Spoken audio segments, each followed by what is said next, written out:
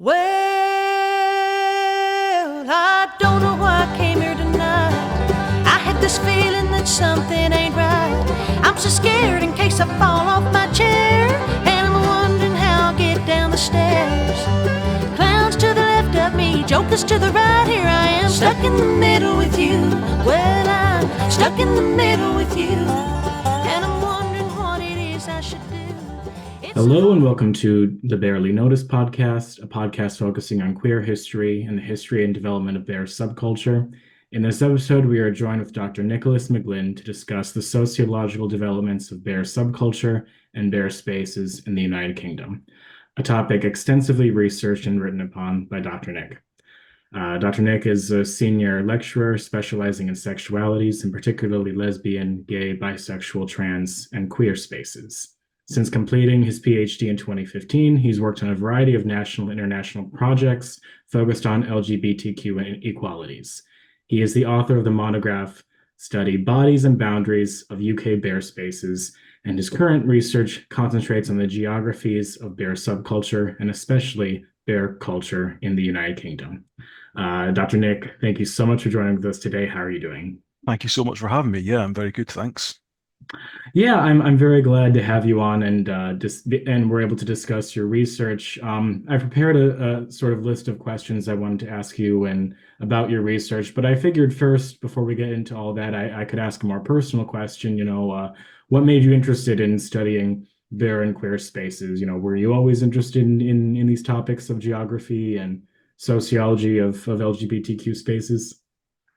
Yeah, it's quite a big question. Like in terms of the geography, that was something that I started doing when I started my PhD back in 2010, and was getting used to thinking about. I was thinking about the importance of understanding space and place for understanding LGBTQ plus people, and then my thinking about bears came probably about the maybe 2015, 2016, and that was I guess a confluence of a few things.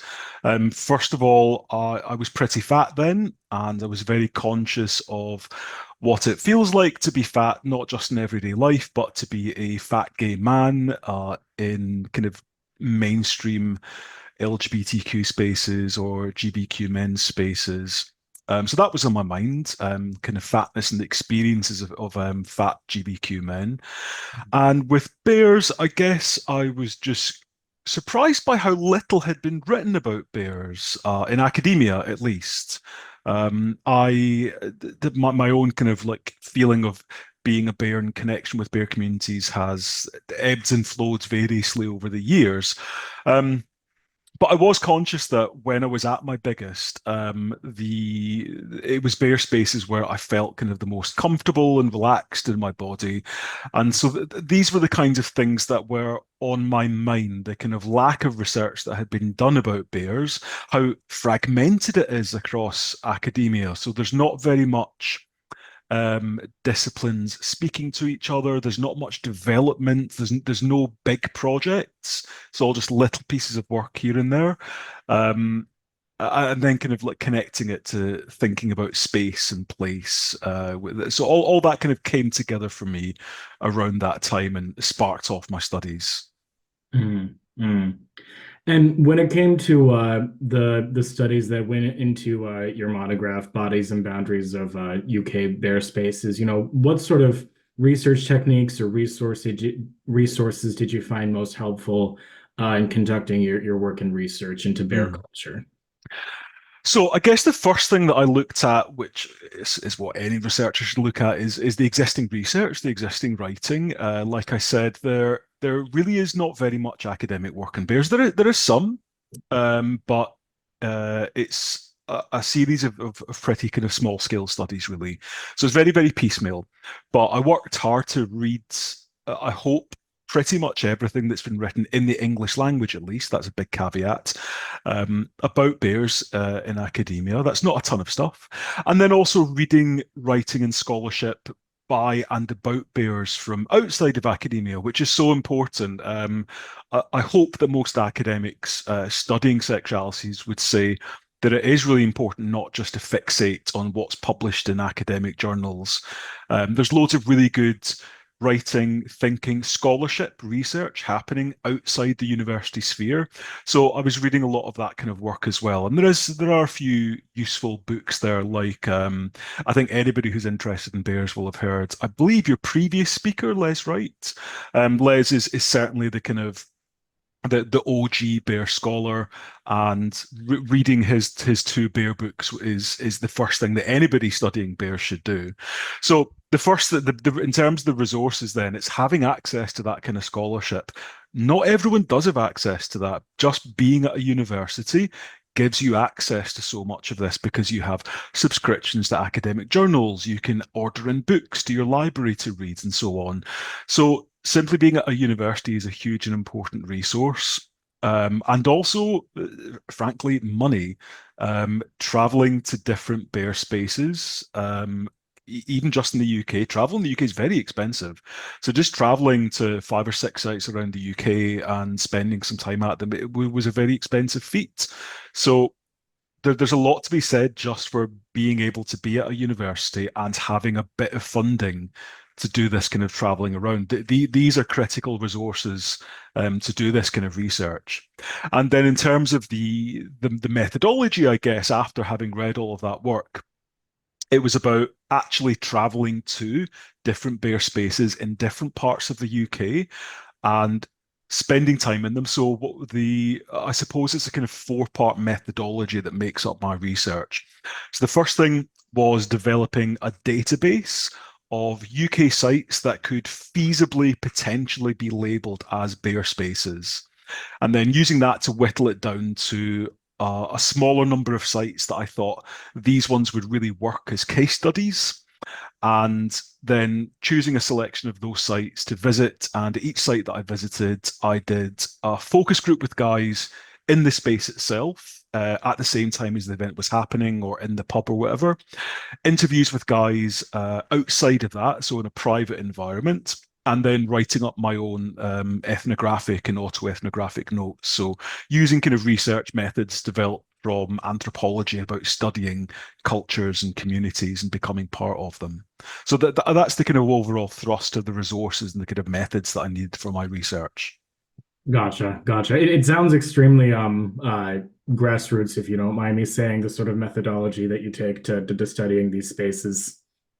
Yeah, I agree, and I think one of the things that, God knows I'm not the only bear writer who's written about this, but I think one of the problems with people writing about bears can be that they base a lot of stuff on what they see in magazines or what they read online, or images or adverts, promotions, and that can give you a very false impression of what it's like to actually be in the space. So that's something that is really important to me. That's a big part of my discipline of geography, is about being in the field, actually going to the space. Of course, it's a big part of disciplines like anthropology as well.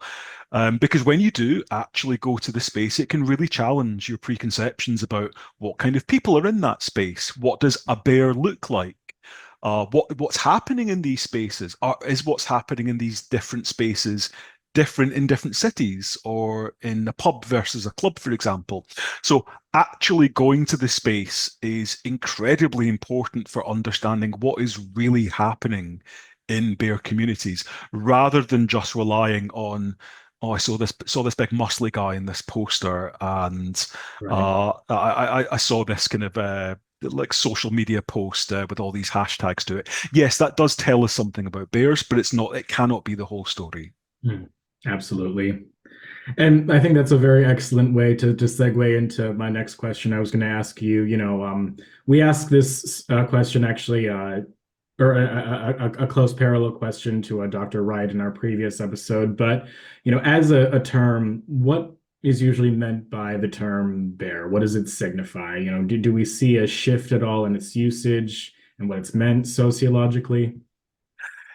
Yes. God, yeah, of course I knew you were going to ask this question. I get asked this question at anything that I talk about bears, but it's a really difficult question.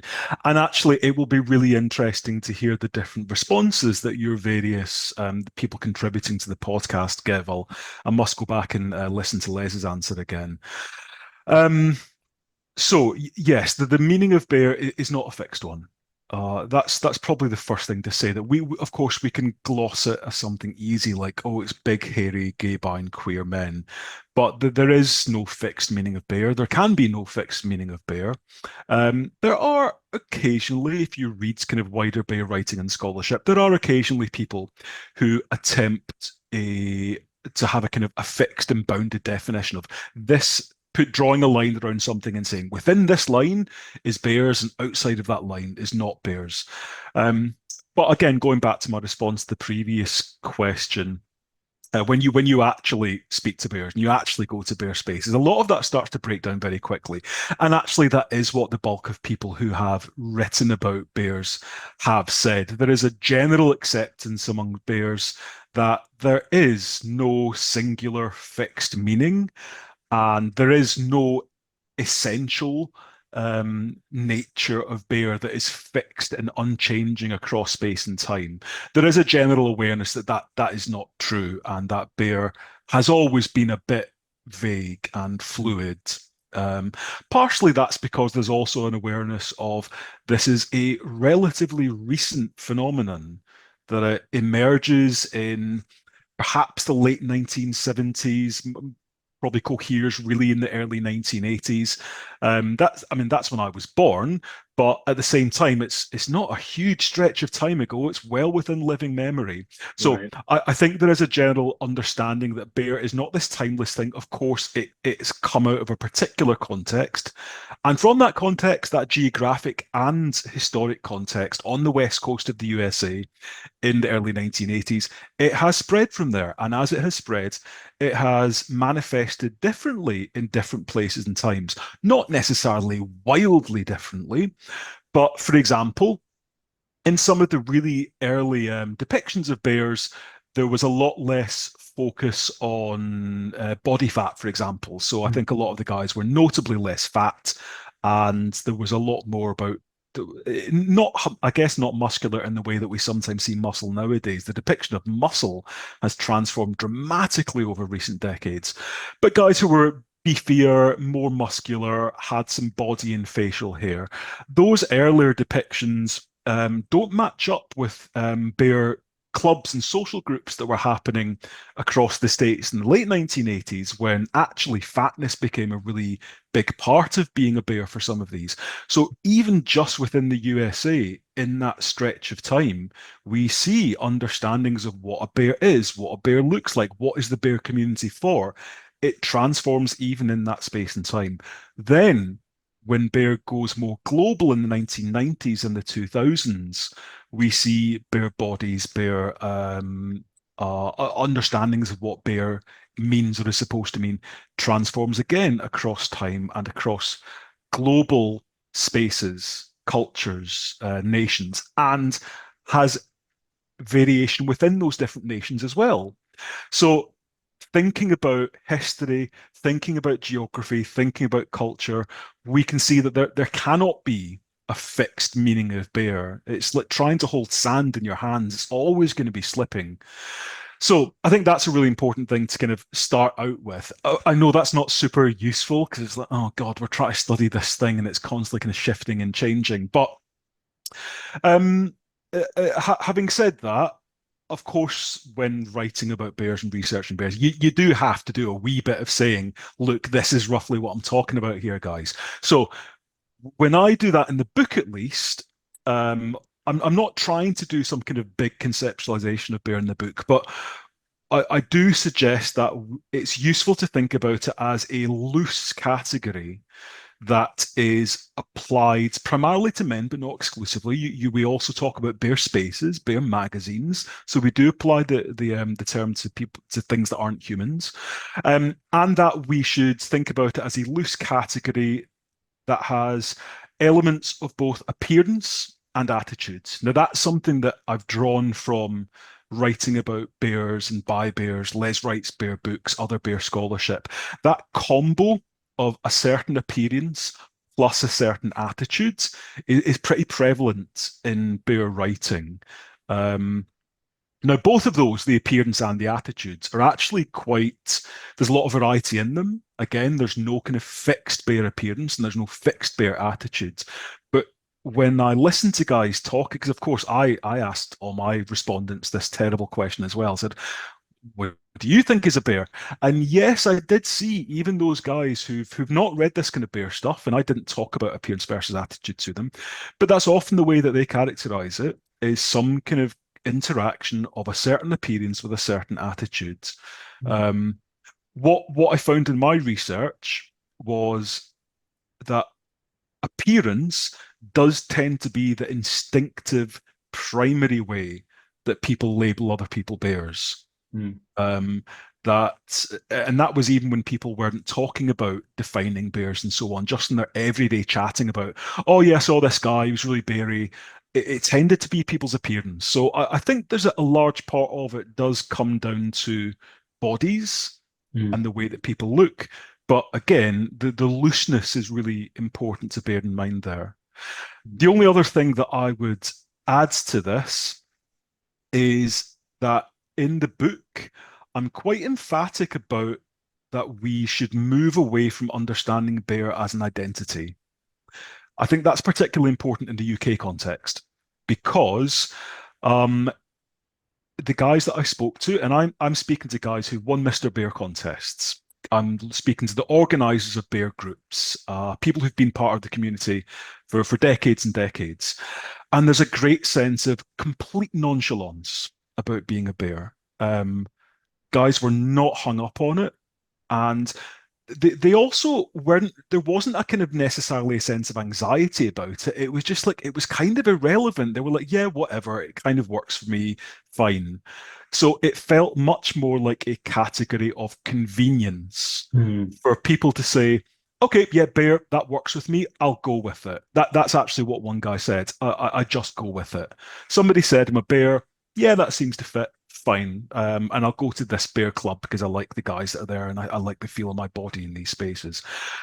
Most kind of writing about identity characterizes that as something that is of deep self-importance to people, that it's a really profound part of who we are. And that is not how guys in the UK context were talking about being a bear. So I think kind of shifting away from thinking about bear as an identity to instead as this kind of a loose category that is often applied based in bodies can be really, really useful. And that's also why I've kind of gravitated to thinking about a wider array of, I guess, more nebulous terms, like terms that some of my participants use, like beary, bear adjacent, bear-ish, and so on. I think these are really important terms to start thinking about because that's how a lot of the guys in bear spaces were talking about themselves. They were almost embracing the kind of ambiguity and the nonchalance about it. And rather than saying, yep, I'm a bear 100%, they were saying, yeah, I'm a beary guy, that's a beary guy, my friends are kind of bear adjacent. So I think embracing this kind of vagueness, the ambivalence, the nonchalance is, I'm not saying it's important for any kind of political reason or anything. I'm saying it's important to understand what's happening in bear spaces, particularly in the UK. That's definitely my take on it. Sure. And in your research, do you find this sort of identity of bearish or bear? Do you find it often as something self-imposed or as something that someone themselves identifies? Or is it more of a judgment that others make towards some space, object, or group of people? Because I remember, I think it's either in the last podcast episode or in one of his publications, Dr. Wright kind of emphasized it at one point that bear is something that if you do identify one, you kind of are considered one, and that's no doubt part of it too. But is it sometimes something that a label or term that we use to make a judgment call of a certain place or group of people? Yeah, definitely. I mean, generally, I found guys in my project were very ambivalent and, as I said, nonchalant about self-applying it, but were quite free and casual about applying it to different people and places and things. So it definitely seemed like there was an ease to kind of applying it to others, but a kind of sense of, for me, it's not a kind of big deal. Yeah, so it definitely felt like something where people were kind of much happier just kind of slapping that label onto other things. But again, in a fairly unimportant kind of way. It was very Right. casual that people would do that. They would talk Totally. about general guys that they saw, and oh yeah, I saw this big bear in the street the other day. But of course, they would say, well, yeah, the guy was straight. He was with his wife and his child. Yeah, exactly. But they still see him. Oh yeah, he's a kind of a big bear, isn't he? Right, exactly.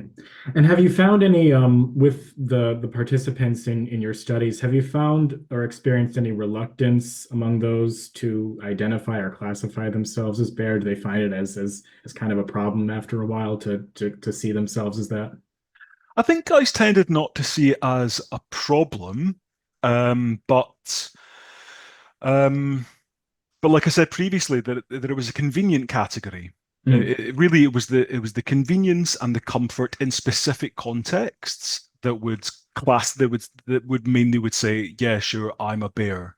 mm, But that would have much more salience and importance in certain specific contexts, such as now I think you can find elements of this in some of Les Wright's Bear books and in Ron Suresh's set of interviews, Bears on Bears as well, which is guys kind of saying, look, this might being a quote unquote being a bear might mean something to me on this Saturday night when I'm out at this bear event, but for the rest of my life, it's really not that important at all, and I don't think about it. exactly. Um, yeah, so I think and again, I really am talking about the UK context here. I don't want to suggest this is a universal or general trend. I'm really actually against trying to establish general trends amongst bears. But I do think in the UK context, there is a degree of kind of context-specific convenience to Mm. classifying yourself as a bear or understanding yourself as a bear. Right, right. Okay, I figured maybe we could switch to more talking about the bear spaces that you've studied in your research. What in your research starts to count as a bear space? Is it one that's marketed or sold as a bear space from the get-go, or does it develop more organically in grassroots? Hmm. So of course that was one of the big thrusts of my research as a geographer. I was interested in that very question. What is a bare space? So of course I threw that question at my participants. Um, it's not just about the marketing of it. That can feed into it, but what actually and I mean everybody said this, is that it is about the people who are there. And specifically the way that people talked about the people who are there, I characterize it as a critical mass of Berry bodies. That is, you need to get. So we can break that down into different elements, I guess. First of all, is the Berry bodies. So again, not being prescriptive about it, but guys who would be classifiable as bears, who would comfortably fit into that loose category. So that's the kind of bodies that were important. And secondly, is that idea of the critical mass. That means not just achieving some people or even a majority, but establishing the sense of an overwhelming, unchallengeable majority, so that the vast majority of people there are Berry bodies. Mm, That is what made spaces feel like bear spaces. And so that meant that any space could potentially become a bear space. Now that's very similar to how queer geographers have written about the concept of queering a space. mm, That space, a kind of mainstream everyday space, can become temporarily queered through various processes or practices. I think similarly, we can imagine that certain spaces can become temporarily bared. And the way that that primarily happens is by achieving this critical mass of Berry bodies. Now, of course, you mentioned marketing. That can feed into it because certainly some guys pointed out that having the marketing is part of achieving that critical mass. You label it a bear space, you slap on the bear flag, you show a nice a big beefy bearded guy on it, and that will get more people into the space. So the marketing is part of achieving that critical mass. Another element that I found, this was quite a minor element, but I think this is because of the UK context, was the kind of aesthetics and design of the spaces. mm. So there's been a wee bit written about the kind of the aesthetic of bare spaces. So for example, some people have written about various US bear clubs. They've written about the Lone Star Saloon, for example, and achieving a particular supposed kind of, I guess, a kind of what I would characterize as a kind of North American working class rural masculinity. Mhm. So that kind of vibe in the space. In the UK context, at least, that was much less important, and that's partially because there are very, very few fixed bear spaces in the UK. Mhm. I personally would really say there's only two. Okay. That I think are unabashedly, unquestionably bear spaces. Um, the vast majority of bear spaces in the UK are temporary, they're ephemeral, they're events that happen here and there, or perhaps when a gathering of guys gets together in a particular space. Now, because of that kind of ephemerality, that events-based nature of it, that means that there's not that much scope to do much kind of design or create particular aesthetics. You might, of course, you might see some posters go up, some bear flags hung up. At kind of temporary clubbing events, you might see some like camo netting thrown up to make an impromptu dark room. So that kind of stuff might happen, but because you don't really have the fixed spaces, there's only so far you can go with aesthetics and design to create a bear space. So I think in the UK context, that kind of explains why that kind of aesthetic wasn't quite so important to making a bear space. And instead, everybody talked about the importance of that vast majority of beary bodies in the space Mhm. being this is what it means to be a bear space. Gotcha. Gotcha.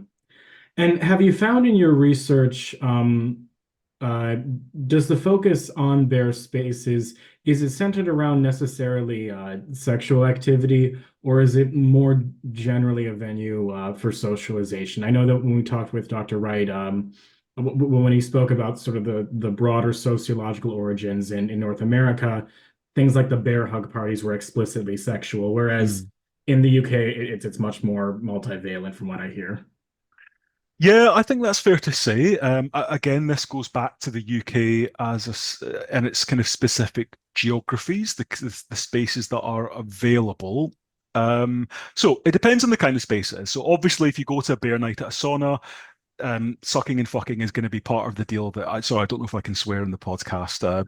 Okay, yeah. So if you go to a sauna, you generally know that, of course, sex is on the menu here. This is kind of what it's about. And there are some bear nights at saunas.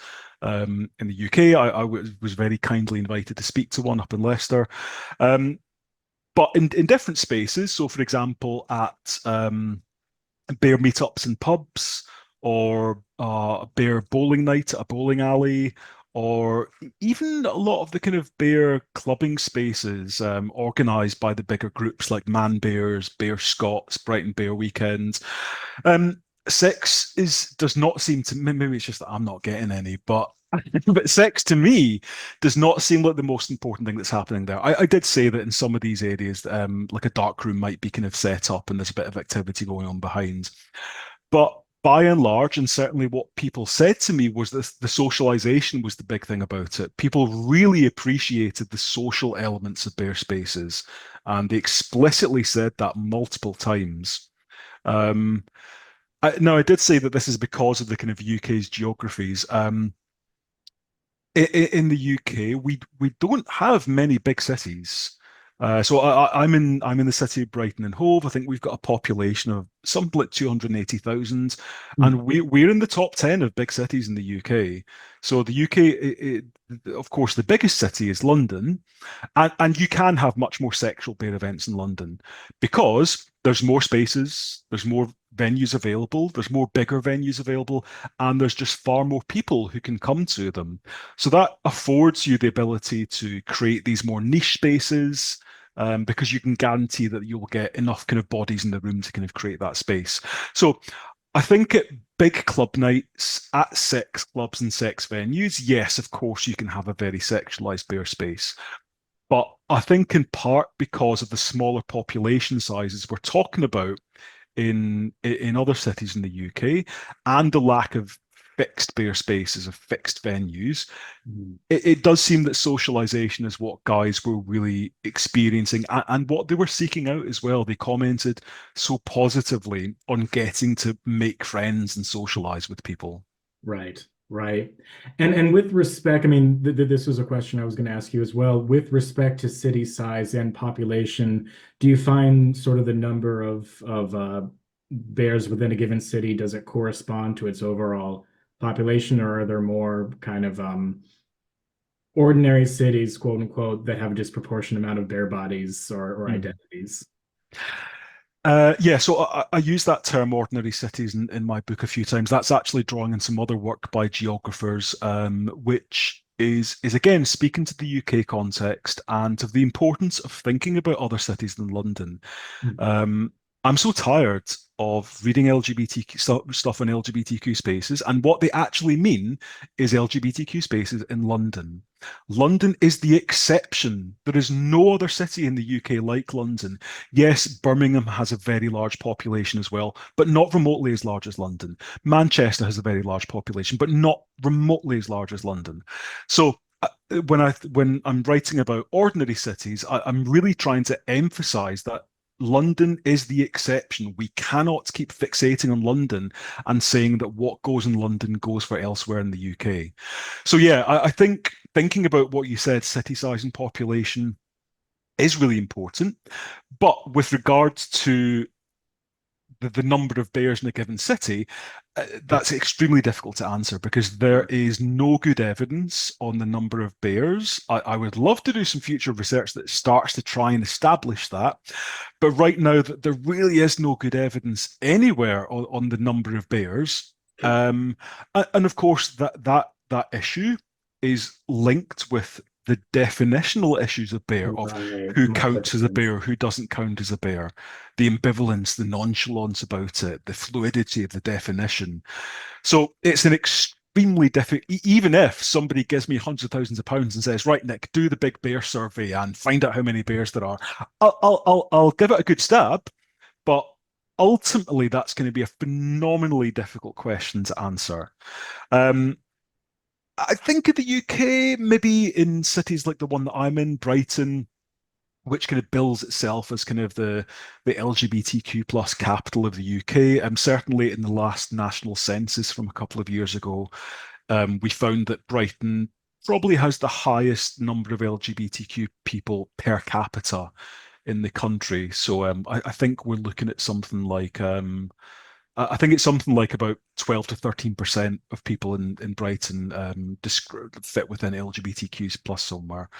Um, so I expect that we've got maybe a larger proportion of bears here than, I don't know, what's another city, Dundee or something. Sure. Um, no shade to Dundee, but I do suspect that. And Manchester, similarly, Manchester just has, again, a very high per capita number of LGBTQ plus people.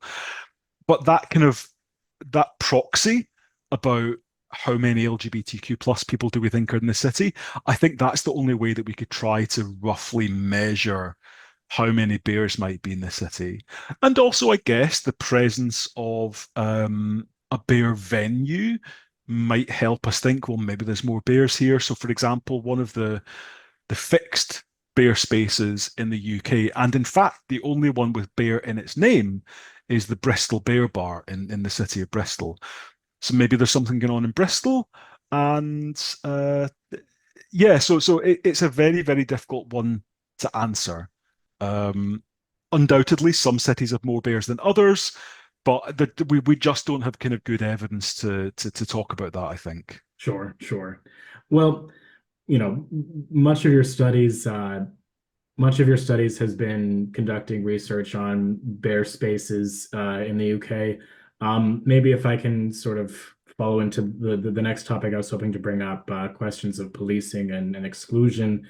In your studies of bear identities and bear spaces, have you found the bear communities at all fostering a sort of culture of exclusion despite, touting acceptance and inclusivity? Mm. Yeah, I mean that's a really important question. I think the first thing that I would say about moving into this is that Yes, there is kind of marginalization, exclusion happening, but I would not say that. I don't think it's notably more so than in mainstream LGBTQ plus communities. I do sometimes see some kind of shit talking bears as talking up their inclusivity, but actually being really exclusive. I think it's pretty much exactly the same as it is in mainstream LGBTQ spaces. Now, I can kind of talk through some of those kind of areas of marginalization and exclusion at a bit more detail here. I think what I should say at the beginning as well is that this was not the overall focus of my study, so I don't have kind of tons and tons of data on this. But nevertheless, of course, I was asking about kind of experiences of marginalization and exclusion. So I guess the first one to mention is with regard to fatness. Fatness was the focus of my study. And while guys definitely found bare spaces in the UK as really they used the main terms they used for with regard to fatness were comfortable and safe. So bare spaces felt like comfortable and safe spaces to be fat. And I'm not talking about like, oh, I've got a dad bod or a wee paunch or something. A lot of the guys in these spaces were big super chubs and described themselves like that. And they said how good they felt in those spaces. So I think that's a really kind of positive bit of inclusion. At the same time, as I've written about in some of my reports and articles, there is still that stigma happening in bare spaces in the UK. Guys mentioned stories, rare, but they did happen, where they had been criticised for their fatness. Usually, they said that kind of criticism was coming from guys who they described as muscle bears. So kind of these really trim, gym fit, hyper muscular kinds of bodies. Now, I'm not saying that muscle bears are uniquely fat phobic. I've got some friends who I would say are muscle bears, and there are plenty of muscle bears who are completely happy with fat bodies. Some of them are very attracted to fat bodies, but definitely that was a kind of narrative that I heard my participants repeating a few times. The other aspect of fat stigma in bare spaces is that when guys described them as safe and comfortable, part of what created that sense of safety and comfort was often that they saw somebody fatter than them there. Mm. So they would look around and say, "Oh, thank God." They did not say it like this, but I see this kind of discourse in my interviews and focus groups all the time, which is, "Oh, thank God there's somebody bigger than me here." So there is still this kind of understanding of being the fattest is the bad thing, and I don't want to be like that. And one of the things that really jumped out at me was I talked about my methodology and that I was writing my own kind of autoethnographic experiences in these spaces. So I would get to like my hotel room at like 3 in the morning and then spend 2 hours like speaking into a dictaphone, and then I would write that up afterwards, and I would take notes in the spaces and stuff. I found when I went through that material 6 months afterwards, I found that I was doing that all the time as well. I was not conscious of it at all. But over and over, I can see that I was speaking into my voice recorder, and I would say stuff like that. I would say, "Oh yeah, I felt really good because I wasn't the fattest guy there."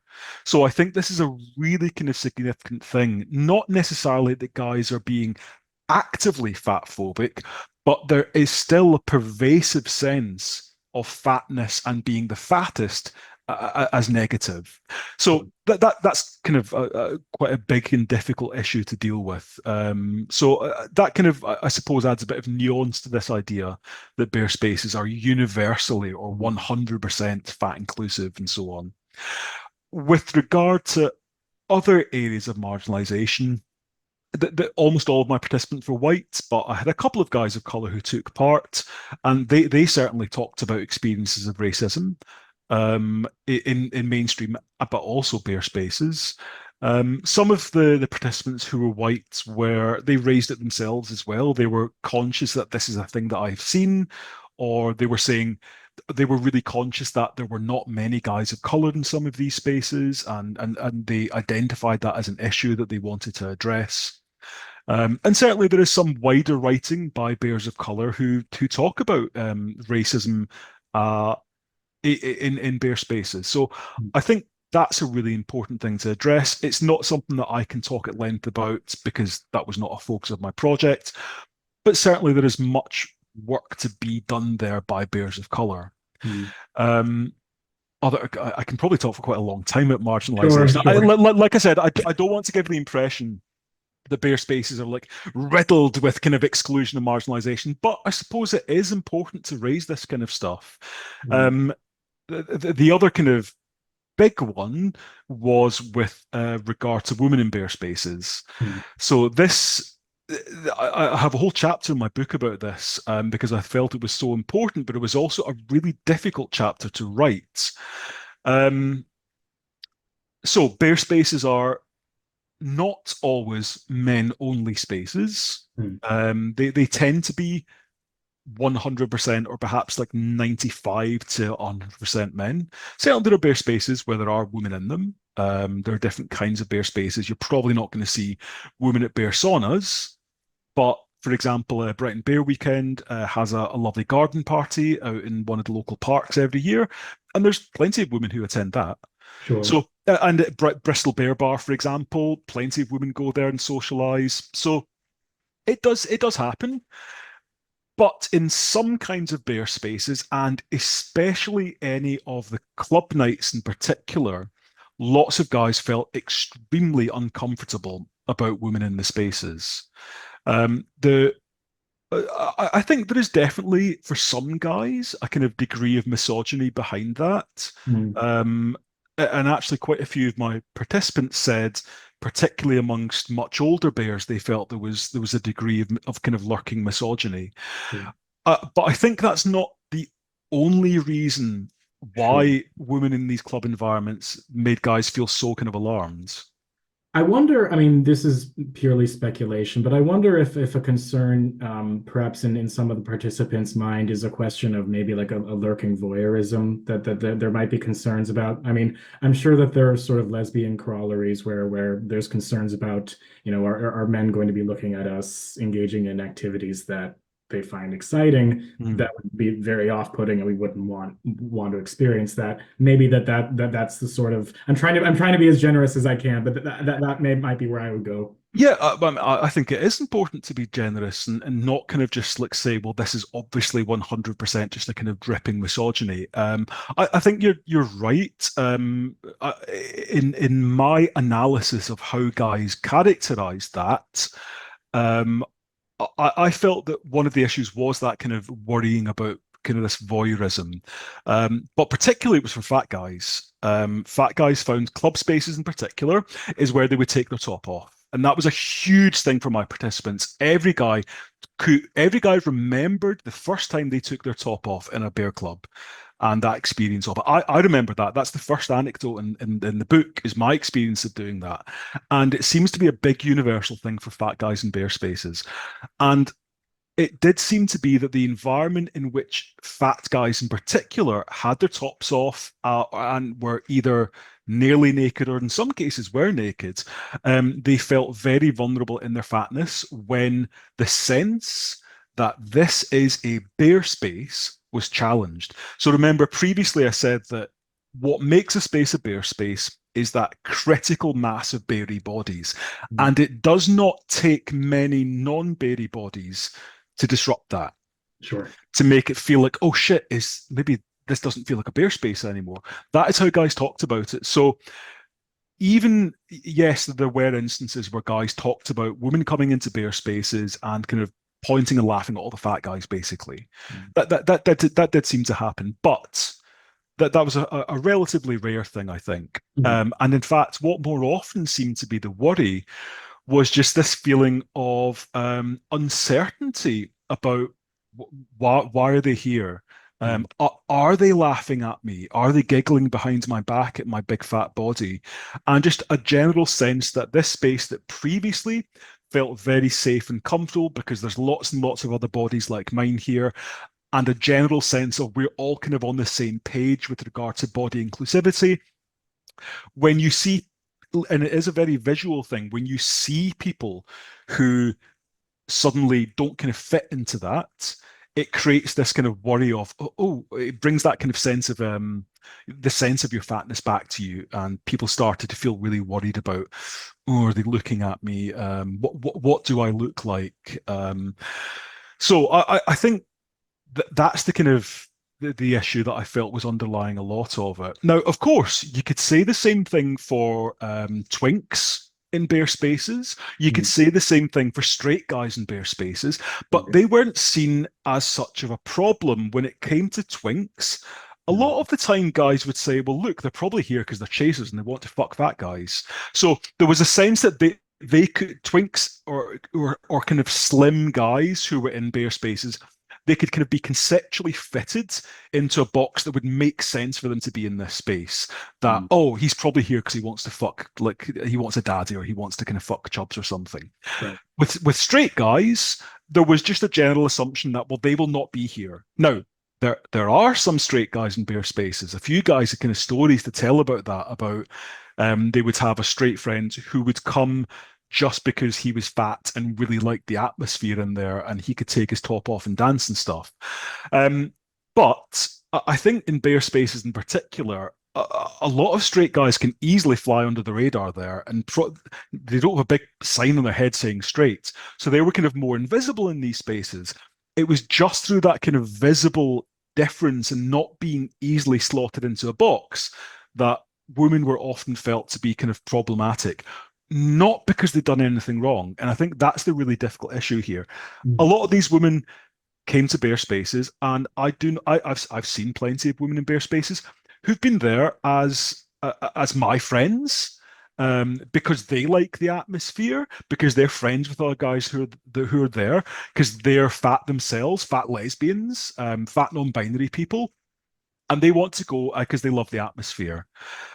So there are definitely kind of like plenty of women there, but it is just one of these things, that kind of visual difference and kind of standing out that alarms some guys, Mm. even when they're not doing anything wrong. So that's the kind of really troubling part for me, is that you're not doing anything wrong, and yet just because you quote unquote look different, you're kind of problematized in this way.